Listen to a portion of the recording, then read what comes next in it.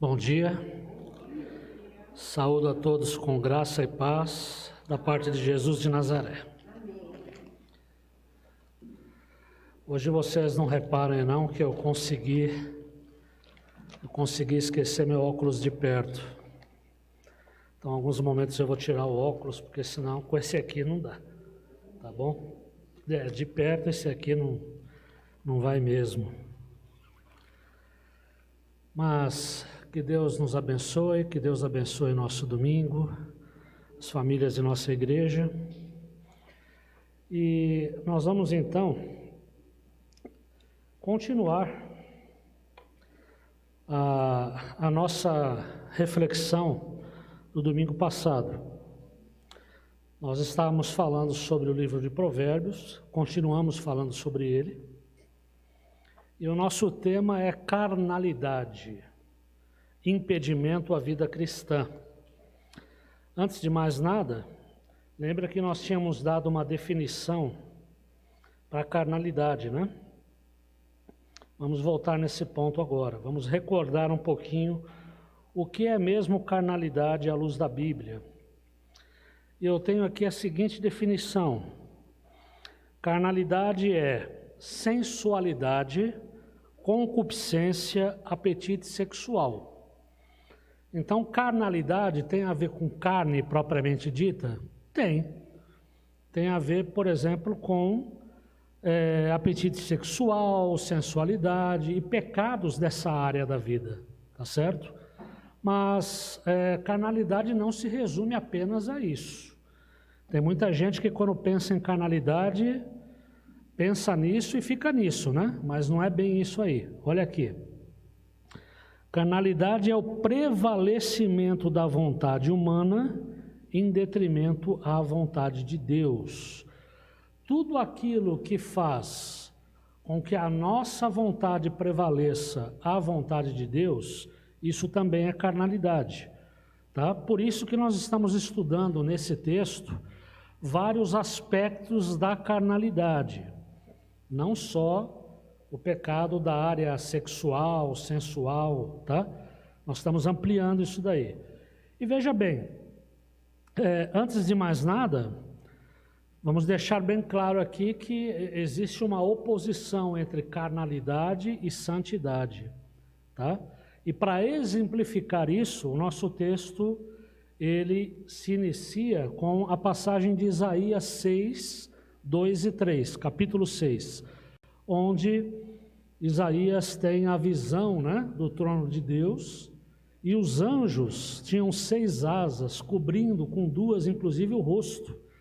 Então, veja bem, os anjos, eles não queriam a glória para si, eles não querem glória para si mesmo, mas a glória é de Deus e somente a Ele a glória. É isso que passa essa passagem aqui. Então existe, a gente não pode negar, existe uma luta, existe um conflito entre carne e espírito. A Bíblia fala muito bem sobre isso, né? A carne milita contra o espírito. E se a gente não buscar a orientação do Espírito Santo, se a gente não se rende à vontade de Deus, a carne vai prevalecer mesmo, né? Ela ganha essa parada, ela ganha essa briga. A gente não pode lutar essa luta sozinho. Nós precisamos do Espírito Santo nos conduzindo, nos fortalecendo, nos orientando. Então vamos lá. Nós vamos analisar, portanto, os sinais da carnalidade mais comuns aos homens, a nós. Vamos lá, primeiro sinal de carnalidade que aparece aqui no nosso texto: preconceito, uma estrada traiçoeira. Nós falamos sobre o preconceito. E infelizmente nós temos que admitir uma coisa. Olha o que diz aqui o nosso texto: é típico do ser humano ser preconceituoso. Todos nós somos preconceituosos. Se nós não somos preconceituosos o tempo todo, em algum momento a gente vai dar uma escorregada e vai ser preconceituoso. E preconceito existem os mais variados tipos, aí fica por conta da sua imaginação, do que você lembra, tá certo?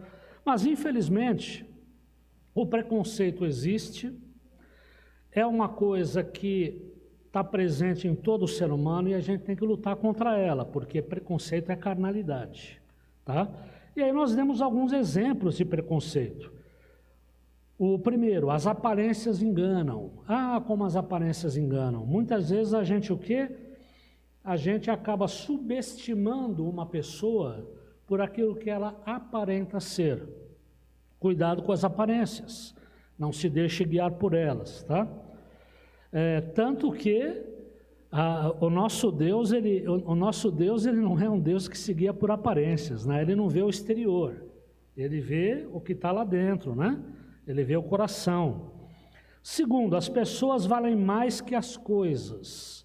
De fato, o texto diz assim, ó, uma frase que a gente ouve muito, né? Deus deixou as coisas para o homem usar e as pessoas para amar. Só que nós vivemos num mundo onde os valores bíblicos, eles estão invertidos. Nós vivemos num mundo individualista, materialista, né, agnóstico. E o que acontece? As pessoas acabam amando as coisas e usando as pessoas, tá certo? Não deve ser assim, isso é carnalidade, tá?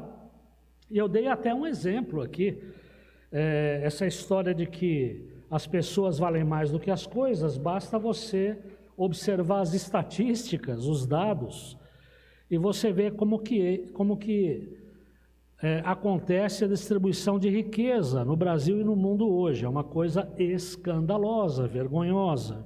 Muita miséria e pouca riqueza na mão de pouquíssimos, né? Isso é fruto do pecado, né? Deus não criou a pobreza, Deus não criou a miséria, né? Isso aí é coisa que nós criamos, né? E se nós criamos, a gente tem que tentar resolver, tá? Terceiro, é melhor ser do que ter, tá? E o quarto, a felicidade não se compra. O dinheiro não pode trazer-nos tudo, e é verdade, né? A gente brinca, né, que o dinheiro ele não traz felicidade, ele manda buscar, né? Tá certo? Ele manda comprar. Mas realmente o dinheiro ele não tem coisas que o dinheiro realmente não compra, né? Tá certo?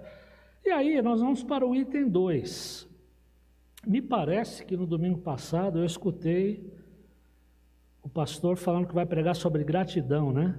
Então, eu não combinei nada com ele, mas apareceu aqui no meu estudo, ingratidão. Ingratidão é outro sinal da carnalidade.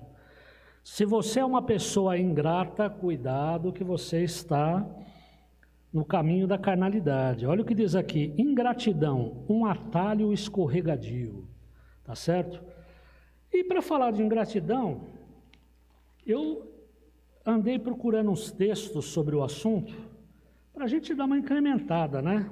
Entender melhor essa questão, tá? O que é uma pessoa ingrata? O que está por trás da ingratidão? Como que a gente deve lidar com isso, tá? E aí, veja bem, olha como começa aqui o nosso texto, vamos lá. A ingratidão surge quando o homem acha que merece mais do que Deus lhe está dando. A ingratidão surge quando o homem acha que merece mais do que Deus está lhe dando. Ou seja, por trás da ingratidão tem um sentimento de insatisfação. Insatisfação consigo mesmo e insatisfação com os outros. Insatisfação com a vida, né? Então está aqui, ó. O homem espiritual aceita a palavra do Senhor que diz: a minha graça é o que basta para você. 2 Coríntios 12, 9. Que difícil que é isso, não? Olha aqui, ó. O homem espiritual aceita a palavra do Senhor que diz: a minha graça te basta. E você quer ver? Está aqui, né? Vamos lá. 2 Coríntios 12, 9. Tem um comentário aqui na minha Bíblia de estudo muito legal sobre essa parte. Vamos ver o que ele vai falar.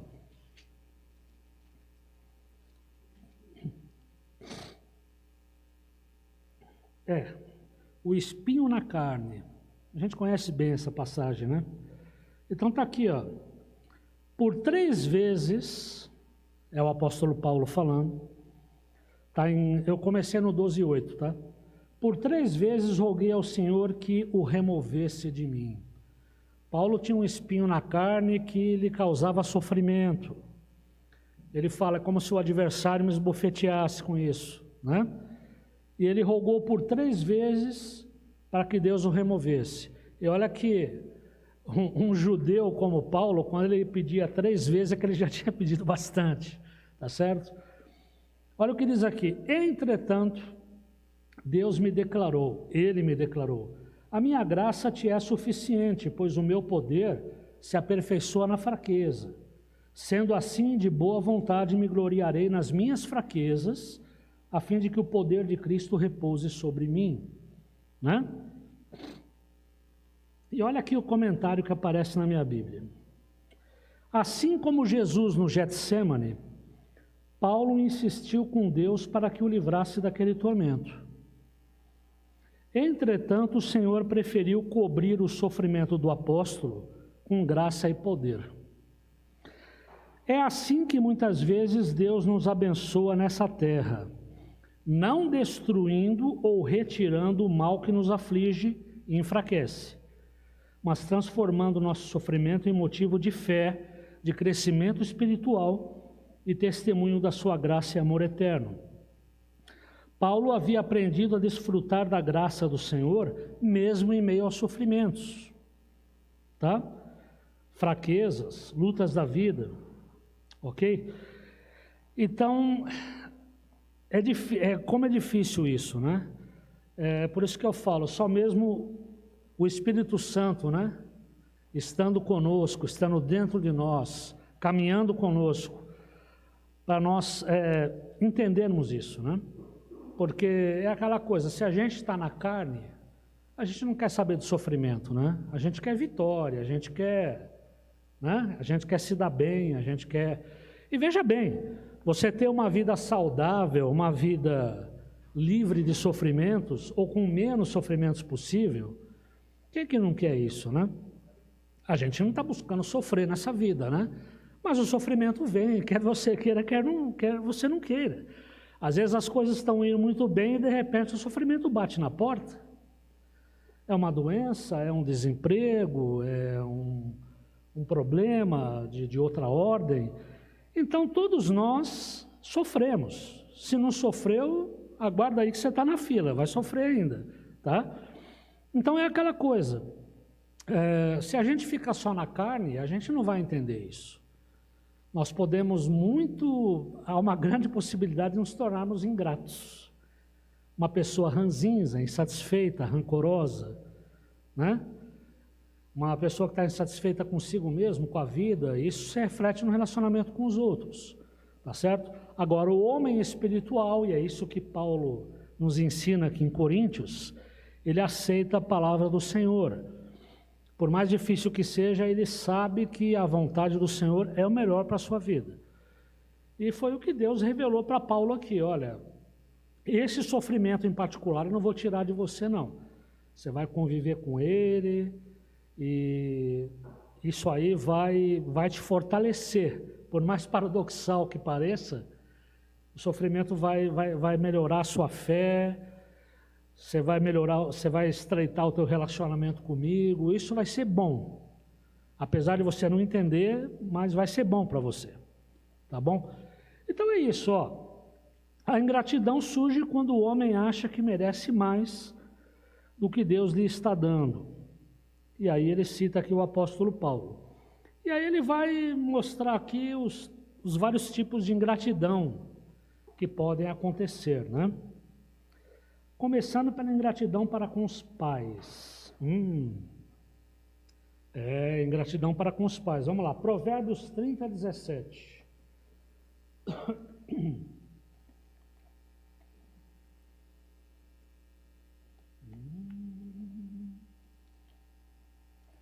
Ufa, eu achei. Vamos lá. Ficar sem óculos é um caso sério. Provérbios 30, 17. Vamos lá. O negócio aqui não é fácil não.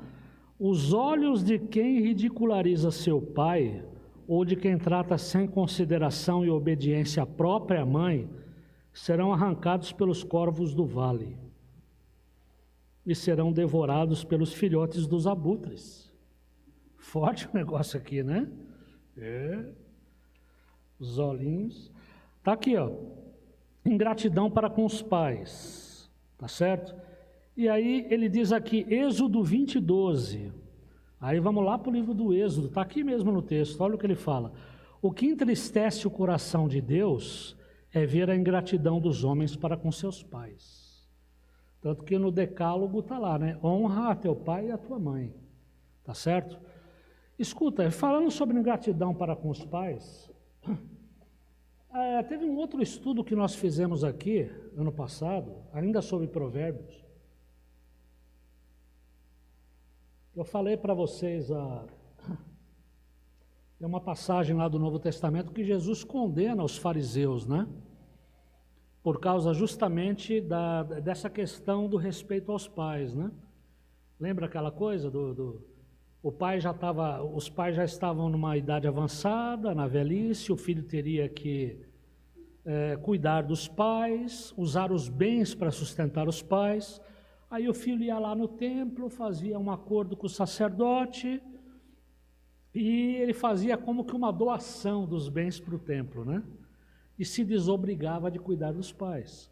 Depois que os pais morriam, ele procurava o sacerdote de novo e acabava reavendo os bens mediante uma comissão sacerdotal, né? Tá certo? Que ninguém é de ferro. Então, Jesus ele fala, vocês são hipócritas, porque vocês dão o dízimo até das pequenas ervas, da hortelã, né? E vocês usam um artifício aí para se desobrigar de cuidarem dos pais, né? Tá certo? E olha aqui, eu quero compartilhar com vocês aqui uma pequena meditação nesse meu livrinho. Eu acho que eu já tinha falado para vocês, né? Tem um livro do pastor Ed Renekiewicz, ele chama Sobreviver, né?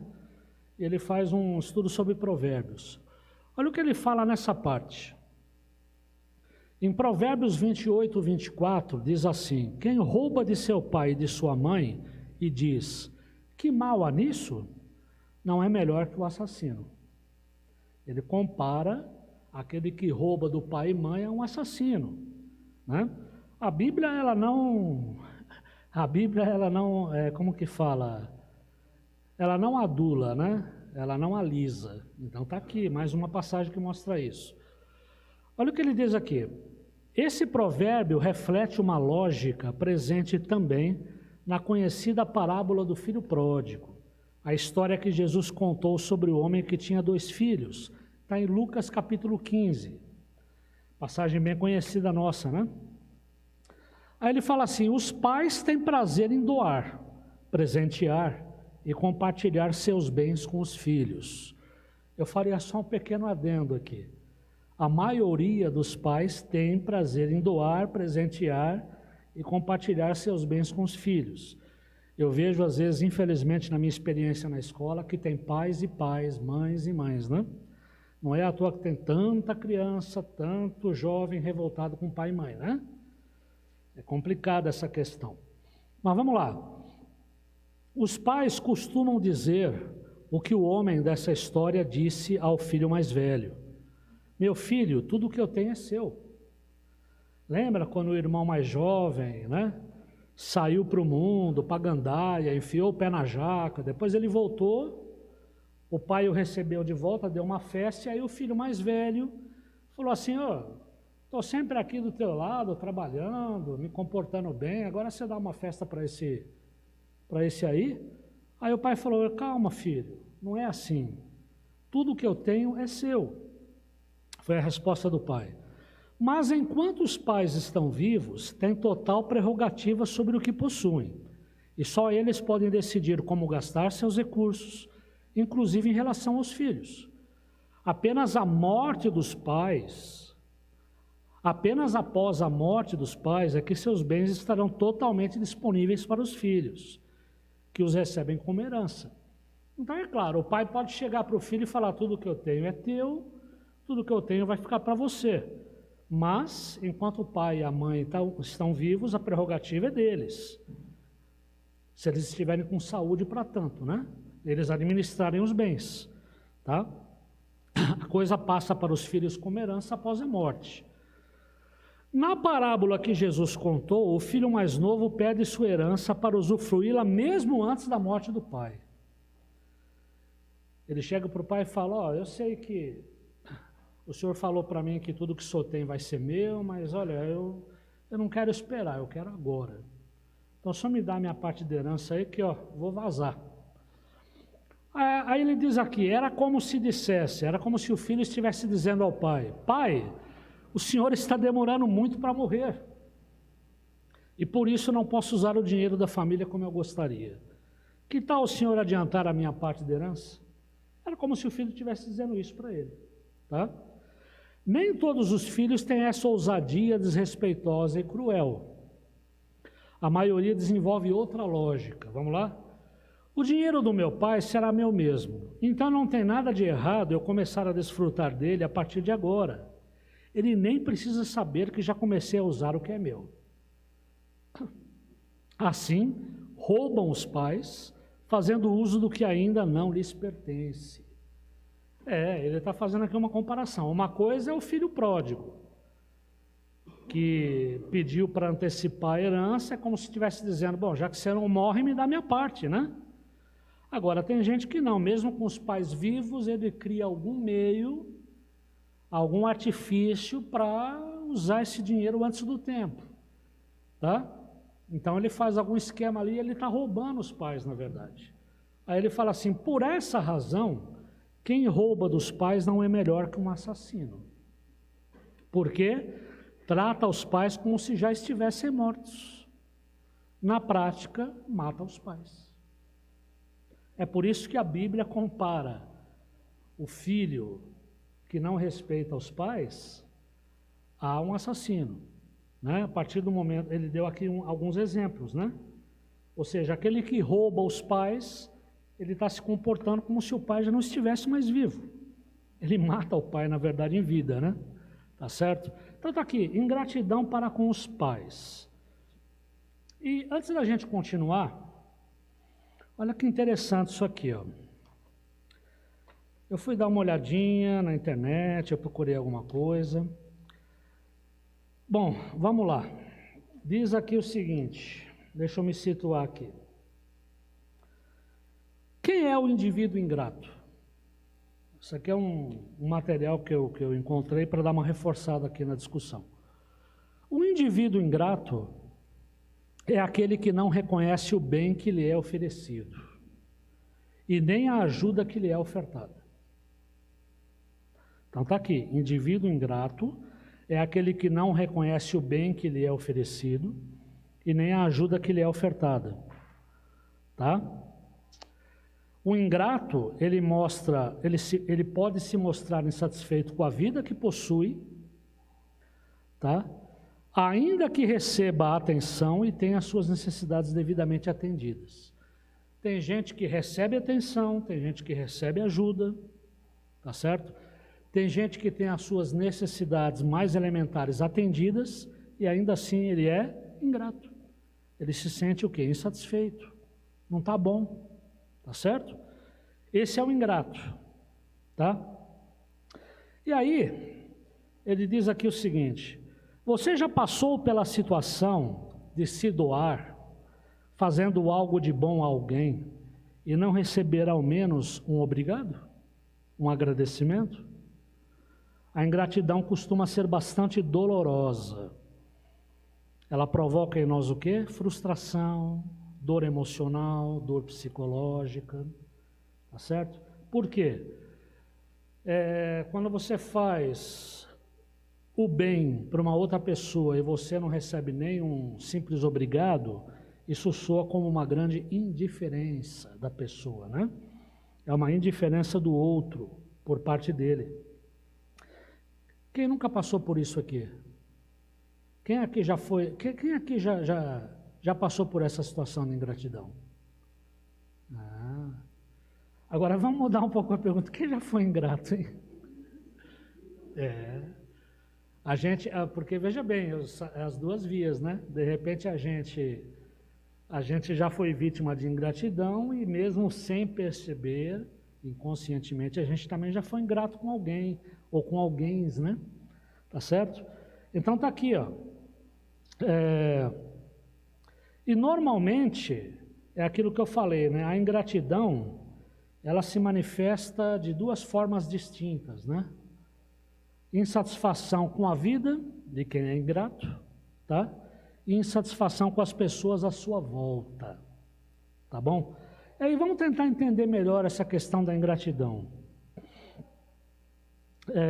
Tá aqui, ó. A pessoa insatisfeita com a própria vida, ela passa o tempo todo reclamando, sem conseguir enxergar as coisas boas que possui. A pessoa ingrata, ela reclama com muita frequência e ela não consegue enxergar as coisas boas que ela possui ou que ela já conquistou. Tá certo? Nada é bom o bastante para frear o seu comportamento irritadiço e inconformado. Bom, agora vamos lá. O que está por trás desse sentimento de ingratidão? Como que a gente pode entender isso daqui? O que está por trás da ingratidão? Eu achei interessante esse ponto aqui do texto. Ó. Você quer ver? Eu vou falar uma coisa agora que a gente está escutando muito hoje em dia. Uma coisa meio que está na moda, vamos dizer assim.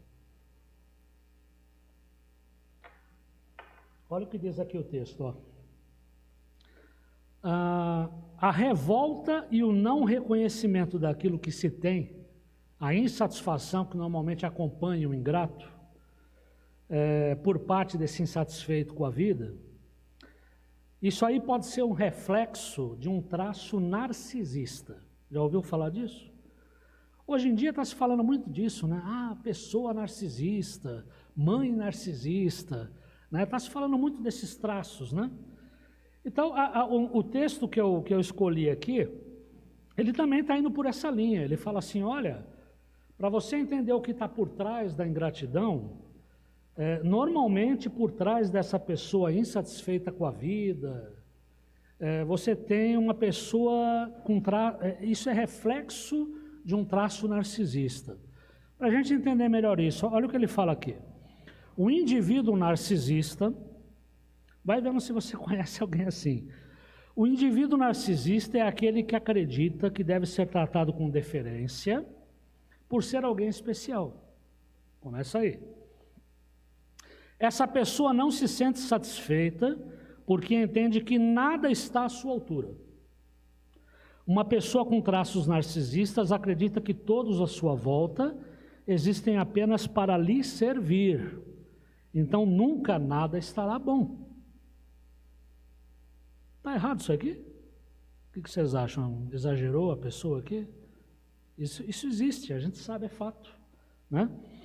Então a ingratidão e a insatisfação que ela carrega é um reflexo de um traço narcisista. E está aqui, a pessoa narcisista, ela se acha tão boa, mas tão boa, que nada que você faz para ela está bom. Está sempre abaixo, tá certo? Ela nunca nada estará bom. E ela vê as outras pessoas apenas como pessoas que devem lhe servir mesmo, tá certo? É isso. E também tem um outro detalhe, né? Além desse traço narcisista, ele diz aqui o seguinte: já as pessoas que demonstram a sua ingratidão em relação às pessoas à sua volta, podem estar manifestando, sabe o quê? A inveja que sentem dos outros. Isso existe, inveja. É outro problema, tá? Por isso, algumas ficam sem entender, porque mesmo depois de ajudar outras, recebem apenas ingratidão e raiva de volta, tá? Então, cuidado. Por trás da ingratidão, nós temos esse traço narcisista, nós temos a inveja, tá certo? É aquela coisa, você está ajudando alguém, essa pessoa está sendo ajudada, ela está tendo suas necessidades atendidas, mas há um sentimento de inveja. Bom, ele está me ajudando, mas eu queria estar na situação dele, né? Ele está me ajudando, mas, puxa, eu queria o carro dele, né? Se ele quisesse o meu carro, ele ia se arrepender um pouco. Mas tudo bem, deixa para lá. Eu ia até falar, você quer o meu carro? Então a chave, pode levar. Faça bom proveito dele. Ó, então, oi.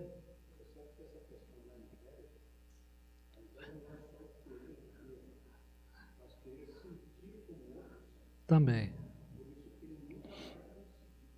O pastor lembrou muito bem aqui, né? Não é só a questão da inveja, não abrange somente o querer ter, né? Mas às vezes querer sentir também o que o outro sente, né? É complicado.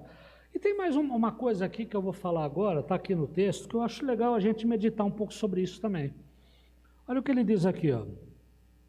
Muitas vezes a gente sofre com a ingratidão do outro, porque, olha o que ele diz aqui, ó. A gente faz um gesto de ajuda, a gente realiza um gesto de ajuda com a expectativa de receber algo em troca. Aí é complicado. Bom, nós estamos falando de carnalidade, nós somos humanos, né? Somos pecadores, então vamos falar uma verdade aqui. Quando a gente, muitas vezes, eu não digo sempre, mas muitas vezes quando a gente ajuda alguém, a gente tem essa expectativa, né? De receber algo em troca. E de repente, numa outra situação, ser ajudado também. Hoje eu estou ajudando, amanhã eu sou ajudado. Isso acaba até acontecendo, mas a gente cria essa expectativa e muitas vezes a expectativa não se realiza. E isso traz frustração, tá certo? Então ele fala, cuidado, quando você ajuda alguém, quando você está fazendo o bem para uma outra pessoa, não crie muitas expectativas, tá certo? A respeito disso. Muitas vezes, ao invés de você ter a gratidão de retorno, você vai ter a indiferença, tá certo? E aí realmente é um problema sério. Então ele fala aqui, ó, e veja que esse texto aqui não é um texto escrito, não é de um site cristão, né? Mas diz assim, ó, o ideal é nós ajudarmos alguém pelo simples desejo de ajudar. É aquilo que a Bíblia fala, né? Devemos o quê? Fazer o bem sem cessar. Devemos vencer o mal com o bem, não é isso? Então é isso, a melhor coisa é a gente fazer o bem pelos simples atos de fazer o bem mesmo, porque a gente sabe que está cumprindo a vontade de Deus, tá certo? Agora, tudo isso precisa de tempo, tudo isso envolve o quê? Uma coisa chamada maturidade, né? A gente vai aprendendo com a vida, a gente vai aprendendo com os tombos, né? Tá certo? A gente faz de um jeito e a gente sabe que se deu mal, você não vai repetir aquilo, você vai... Só que o importante, uma coisa que eu achei legal aqui no texto, é o seguinte, não é porque você foi alvo de ingratidão, não é porque você, de repente, se frustrou ou se deu mal ajudando os outros, que você vai deixar de ajudar, tá certo? A gente não pode pensar assim, né? Porque se a gente pensar assim, realmente, aí a vaca vai para o brejo mesmo, né? Tipo assim, a gente às vezes escuta as pessoas falando isso, né? Eu às vezes escuto gente falando assim, tá vendo? Tá vendo que dá ajudar as pessoas? Tá vendo, seu trouxa? Quem mandou você ajudar? Por isso que eu não ajudo ninguém. Eu não quero nem saber, né? Muita gente pensa assim, mas não, a gente não pode deixar de fazer o bem porque nós fomos frustrados muitas vezes, porque é da vida isso, né? Às vezes a gente recebe frustração, indiferença, às vezes não. Não é sempre que, às vezes a gente recebe um agradecimento, às vezes surge uma amizade mais estreita, tá certo? A gente não pode, é uma forma meio cínica a gente pensar desse jeito, né? A gente acaba caindo num cinismo, né? Eu não ajudo mesmo porque, né? As pessoas só visam seus interesses. Se a gente for pensar assim, então a gente não ajuda ninguém mesmo, e ema, né? E cada um toca a sua vida, tá certo? Mas não, a gente não pode se cansar de fazer o bem. E para terminar essa parte, depois o pastor aí vai falar sobre gratidão, né? É o seguinte, eu anotei duas coisinhas aqui dos textos que eu li sobre ingratidão. Primeiro, ser grato é uma opção. Ser grato é uma escolha. Tá certo? Ou seja, a gente tem essa prerrogativa, essa liberdade dada por Deus de escolher a gratidão e não a ingratidão. Então nós temos a opção de escolher a gratidão, de sermos gratos. E segundo, perdoar. Muitas vezes, essa questão da ingratidão, ela envolve o quê? Perdão. E só o perdão promove o quê? Cura interior, né? Deus, Ele nos limpa, Ele nos cura quando a gente perdoa. Agora, se você não quer perdoar, beleza. Né? Como eu li essa semana, como que é a questão do não perdão, a questão do rancor. É como se você tivesse tomando um veneno para matar o outro, né? Tá certo? Você quer matar o outro, mas você que está tomando veneno. Complicado isso, tá? Então a gente tem que, por mais difícil que seja, perdoar. Perdoar não é esquecer, né? Já falamos sobre isso aqui. Esquecer é muito difícil, né? A gente não esquece. A não ser que, eu estava lembrando daquele filme, é um filme que já tem um tempo esse filme já, aquele Jim Carrey. Ele fez um filme muito diferente, porque normalmente ele faz aqueles filmes de humor, né? Eu gosto muito dele. Mas ele fez um filme mais sério, Brilho Eterno de uma Mente Sem Lembranças, né? Ou seja, ele passa por uma espécie de tratamento onde a memória, certas lembranças são apagadas da tua memória, né? Tá certo? Mas isso é uma ficção, né? É difícil a gente conseguir esquecer certas coisas. Agora, a gente pode não esquecer, mas pode perdoar. Tá? Então tá aí, ingratidão para com os pais. E aí eu abri aqui um parênteses para a gente falar um pouquinho sobre a ingratidão em si. Tá? Segundo ponto, a ingratidão se manifesta também para com os amigos. Lealdade é o ingrediente mais importante numa verdadeira amizade. Não há amizade sem lealdade, tá certo? Provérbios 27:10. Vamos ver o que ele fala aqui. Eu só espero que não seja um corvo arrancando mais um olho, peraí. Provérbios 27:10. Não abandones o teu amigo, tampouco o amigo do teu pai. Nem vás à casa do teu irmão no dia atribulado. Mais vale o vizinho próximo do que o irmão distante. É verdade isso aqui, hein?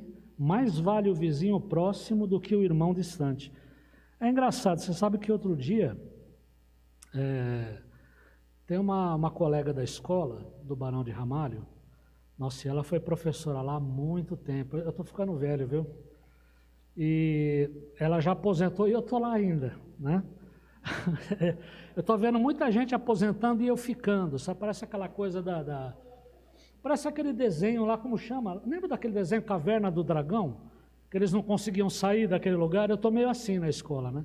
Eu quero encontrar o portal, mas não acho a saída, eu estou lá ainda. Então o que acontece? Vocês acham engraçado, mas é verdade. Aí o que acontece? Ela aposentou. De repente aparece o mestre dos magos, eu falo, mestre dos magos, é por aqui, aí ele some e me deixa lá na escola. Aí o que acontece? Isso foi boa, né? Eu não sei porque eu penso essas coisas, meu Deus. Olha, Deus me ajude, não faça eu pensar essas coisas. Aí o que acontece? Ela aposentou. E ela aposentou já faz uns anos já, né? E eu perdi contato com ela. A gente perde o contato, né? Difícil você ter contato com colegas aposentados, né? Eu tenho contato, por exemplo, com o Oswaldo, meu colega que já veio aqui, que eu sei onde ele mora, de vez em quando eu vou na casa dele visitá-lo, né? Ficou uma amizade bem legal mesmo. E essa colega, não vi mais, não tinha mais contato, e de repente eu reencontrei ela por meio do Facebook. Aí ela passou contato no WhatsApp, e de vez em quando a gente troca umas mensagens, bom dia, como você está, não sei o que e tal. E ela agora está passando por um momento bem difícil na vida dela, a sogra dela está com uma espécie de demência. Ela falou para mim que ia ter que colocar a sogra numa clínica. Eu falei, eu sei mais ou menos o que é isso que você está falando. Compartilhei também o testemunho daquilo que aconteceu com meu pai, né? E o marido dela também está com um problema sério, uma doença degenerativa, o negócio está bem complicado, né? Ela teve que sair da casa dela, mudou para um apartamento. Então, e você sabe que teve um dia que ela falou assim para mim, engraçado, como que é a vida, né? Ela falou, você é uma pessoa que, digamos assim, modo de falar, está tão distante, a gente nem se vê, tá certo? Mas você me manda bom dia, você me manda momento com Deus, eu mando a mensagem, as nossas mensagens aqui para ela. Ela fala, e você está mais próximo do que gente que está próxima de mim. É engraçado isso, né? Ela falou, tem gente que está próxima de mim, mas não tem eu não sinto a mesma proximidade que a gente tem, e você está distante, né? Então está aqui, ó, ele fala, né? Mais vale o vizinho próximo do que o irmão distante. A gente tem que ter bom relacionamento com o vizinho, hein? Tá certo? Se bem que as coisas mudaram muito, né? Eu lembro quando eu era criança, lá na Vila Granada, era um outro tempo, né? A gente tinha aqueles vizinhos antigos que moravam lá desde a fundação do bairro, né? Tá certo? E você conhecia todo mundo, você jogava bola na rua, era outro tempo, né? Tá certo? E aí hoje, por exemplo, eu moro em apartamento, né? É muito diferente, né? Apartamento, às vezes eu entro no elevador, falo bom dia, a pessoa não responde de volta. Tem gente que não responde. Só falta olhar assim e falar bom dia, por quê?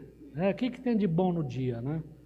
Mas é assim, e às vezes você não vê nem o vizinho de porta a porta, né? Você não tem contato. Agora eu estou tendo mais contato porque tem um vizinho lá do mesmo andar que o meu, e ele sempre convida a gente para aniversário, para isso, para aquilo.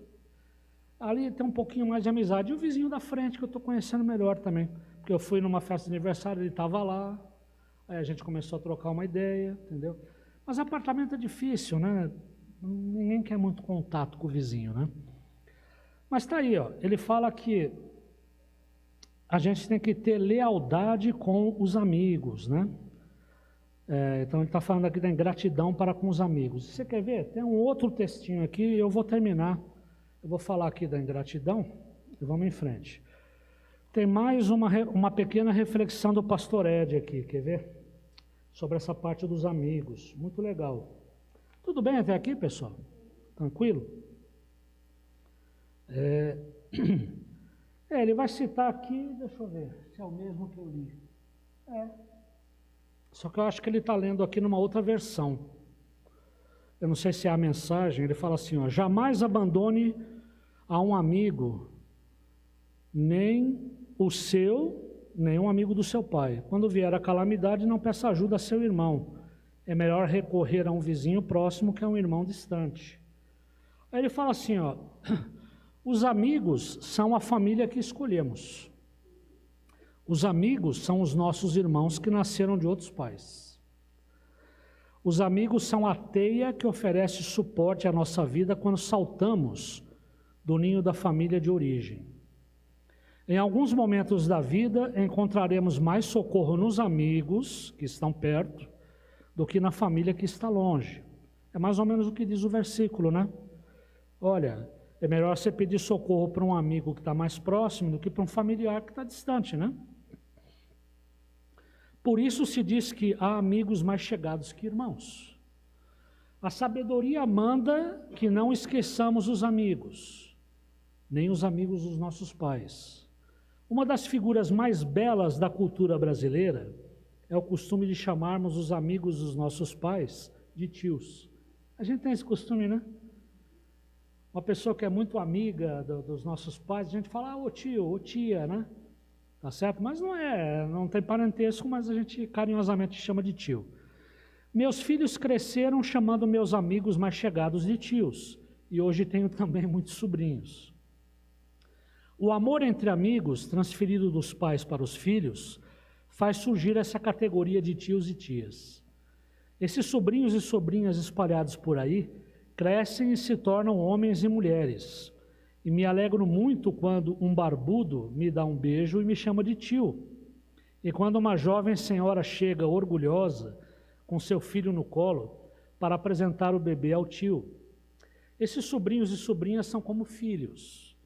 De igual modo, esses sobrinhos e sobrinhas nos retribuem semelhante afeto e amor. Pelo visto, nós brasileiros também ouvimos esse provérbio e não nos esquecemos dos amigos, nem dos amigos dos nossos pais, que crescemos chamando de tios. Eles também são a nossa família. Achei muito bonito isso, né? Que ele fala que os amigos são a família que escolhemos, tá? Então tá aí. Não devemos ser ingratos com os pais e muito menos para com os amigos.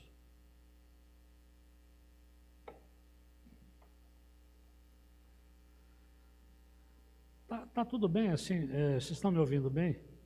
É porque parece que não, mas eu consegui machucar a minha boca por dentro. E às vezes eu estou falando e eu falei, será que está tudo bem? Então tá bom. Tirando o portal da Caverna do Dragão. Os mais novos aqui, não sei se conhecem esse desenho, né? Desculpa aí. 3. Ingratidão para com os benfeitores. Ingratidão para com os benfeitores. Provérbios 15, 22, vamos lá.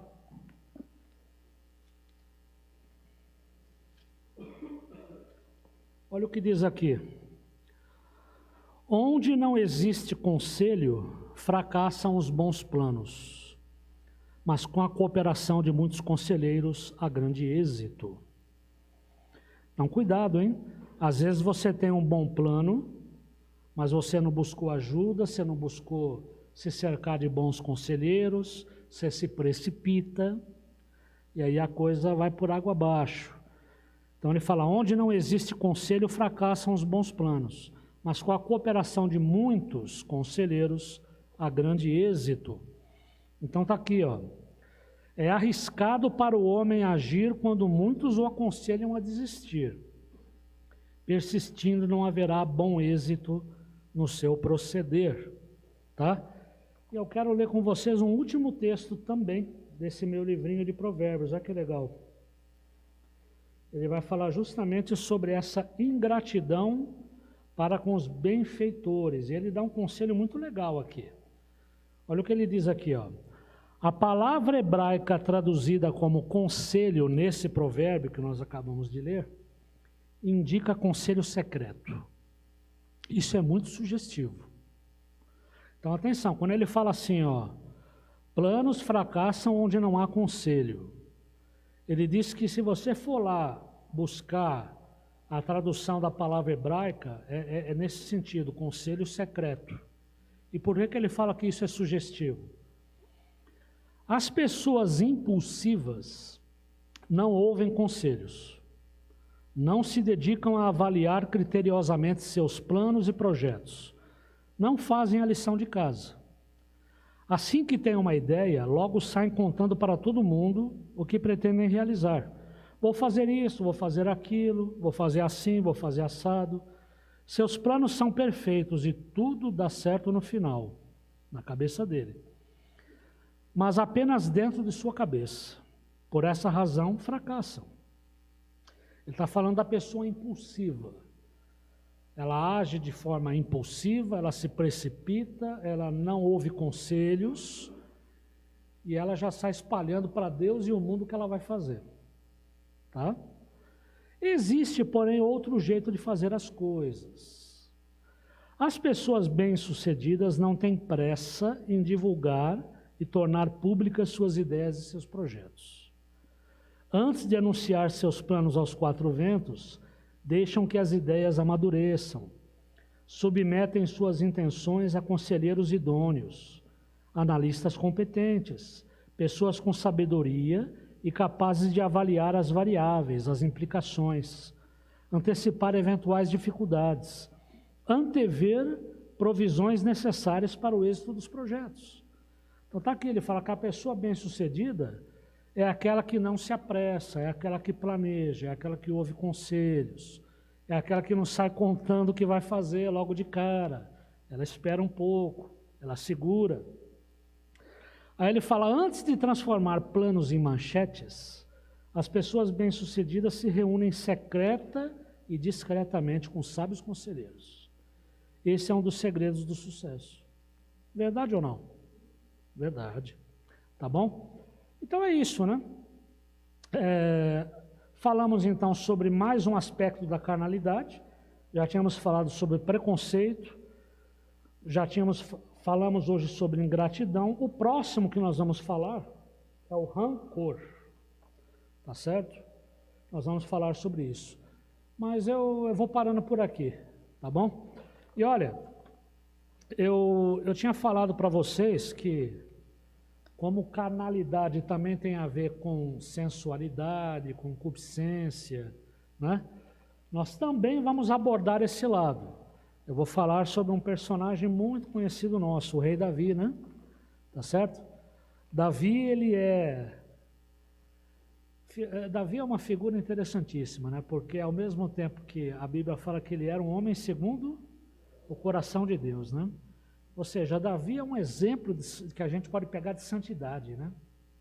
Tá certo? Mas ele foi também um adúltero e um assassino, né? Isso está descrito na Bíblia. Ele adulterou, ele assassinou, tá certo? Davi era gente como a gente, tá certo? E nós vamos falar um pouco da vida do rei Davi, nós vamos falar um pouco disso aí, para entender essa questão da carnalidade. E já que nós estamos falando em santidade, eu estou lendo um livro, eu não terminei ainda, mas eu já estou com a leitura bem adiantada. É um livro do pastor Ed Renekiewicz também, é um livro chamado Santidade. O que eu acho interessante é que no começo do livro, quando ele começa a entrar no assunto, ele fala assim que primeiro, antes de escrever sobre santidade, ele fez uma espécie de pesquisa. Como pastor também ele é muito procurado, né, pelos fiéis, né? Tá certo? Faz muita visitação, etc. e tal. Ele falou, antes de escrever sobre santidade, eu queria entender o que a maioria das pessoas pensam sobre santidade. O que para a maioria das pessoas é santidade. E interessante que ele acabou encontrando, ele disse que uma boa parte das pessoas acaba tendo uma noção de santidade que torna quase que impraticável a santidade, né? A maioria das pessoas acham que santidade é sinônimo de perfeição moral. Isso para as pessoas é santidade. O que é santidade? Santidade é perfeição moral. É frequentar a igreja, é ter uma religião, é andar certinho, é não sair da linha, é não pecar, se fosse possível isso, né? A Bíblia fala que quem diz que não peca é mentiroso, não é isso? Então, mas a maioria das pessoas às vezes tem essa noção assim de santidade, né? Santidade é uma perfeição moral, certo? É um certo patamar moral. E ele diz que santidade não ele fala, tudo bem, a gente tem que procurar, tem que procurar não pecar, tem que procurar andar corretamente. Sim, está certo isso, mas cuidado. Ele fala, santidade não é só isso, a gente não pode deixar a coisa rasa assim. Santidade é mais, né? Quando a gente estiver falando aqui sobre Davi, a gente vai discutir um pouquinho, vamos aprofundar um pouquinho mais essa noção de santidade, tá? Legal então, gente? Pessoal, obrigado pela atenção, pela paciência de vocês, viu? E que Deus os abençoe, um bom domingo para todos. Se Deus quiser, à noite estou de volta, a Sandra também. Hoje ela não veio de manhã, mas à noite nós estaremos aí, nós temos cantina hoje. Não se esqueçam da nossa cantina, né? Já estou fazendo a propaganda aqui. Hoje é a cantina árabe, né? Tá certo? Teremos esfirras. Gente, é isso. Um grande abraço para vocês, um abraço da irmã Sandra também. Fiquem todos com Deus.